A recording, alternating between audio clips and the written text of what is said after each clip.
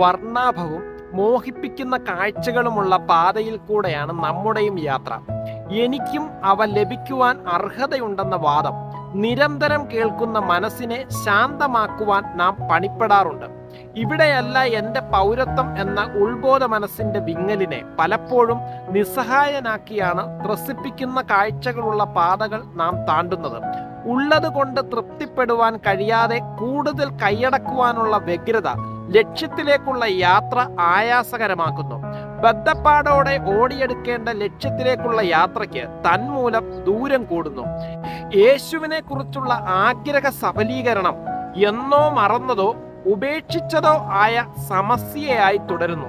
കനൽ ശേഷിപ്പിക്കുന്നവർ തുലോം ഇല്ലെന്നുള്ള വാദമല്ല ഉന്നയിക്കപ്പെടുന്നത്. ഞാൻ മാത്രമേയുള്ളൂ എന്ന ചിന്തയിൽ നിന്ന് 7000 എണ്ണിപ്പറഞ്ഞ് കാണിച്ചവന്റെ മുൻപിൽ വില പോകില്ലെന്നറിയാം. എങ്കിലും ആ ശേഷിപ്പിന്റെ കനൽ ഊതിക്കത്തിക്കൊണ്ടേയിരിക്കുന്നു. നമ്മുടെ ലക്ഷ്യത്തിന് ഒട്ടും യോഗ്യമല്ലാത്ത, അനുകൂലമല്ലാത്ത ഒരു കാലഘട്ടത്തിലൂടെയുള്ള ഈ യാത്രയിൽ ജാഗ്രത ഏറെ ആവശ്യമായിരിക്കുന്നു. പാതയ്ക്ക് ഇരുവശമുള്ള മോഹം ജനിപ്പിക്കുന്നവയ്ക്ക് കൂച്ചുവിലങ്ങിടാം.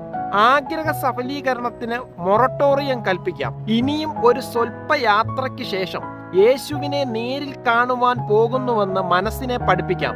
ഭാരങ്ങൾ കൂടുന്നത് കൊണ്ട് യാത്രയിൽ ചുമടുകൾ ഒഴിവാക്കാം. ആകെ അല്പനേരം മാത്രം എൻ്റെ യാത്ര തീരുവാൻ. യേശുവേ, നിനക്ക് സ്തോത്രം. വേഗം അങ്ങേ കാണും ഞാൻ. പ്രാണനാഥനുമായുള്ള സമാഗമനത്തിന് പുതുവെളിച്ചം പകരുന്നതാകട്ടെ ഓരോ പുലരികൾ.